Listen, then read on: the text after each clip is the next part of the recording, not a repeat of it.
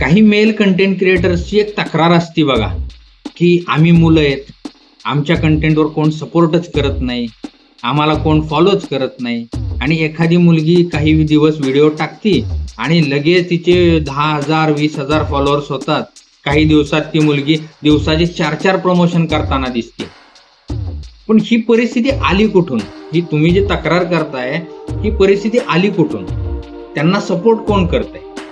आपणच करतो. ह्यांची ऑडियन्स कोण आहे? आपणच आहे. मेल ऑडियन्सच आहे.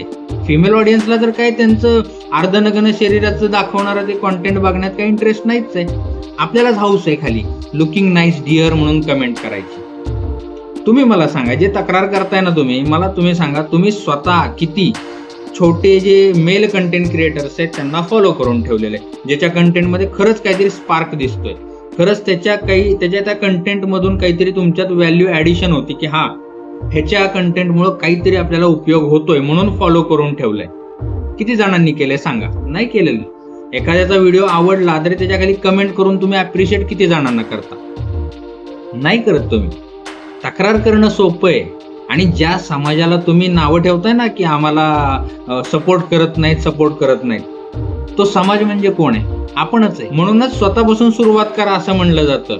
स्वतः आपण अर्धनग्न त्या पोरींचे व्हिडिओ बघत बसायचे आणि मग समाजाला म्हणायचं आम्हाला कोण सपोर्ट करत नाही. त्याला काय अर्थ आहे? स्वतः तुम्ही कुठल्या प्रकारचं कंटेंट कन्झ्युम करताय बघायचं असेल ना, जरा बॅक करा. इन्स्टाचं फीड पेज जे आहे ना त्याच्यावर जरा ओव्हरऑल नजर मारा.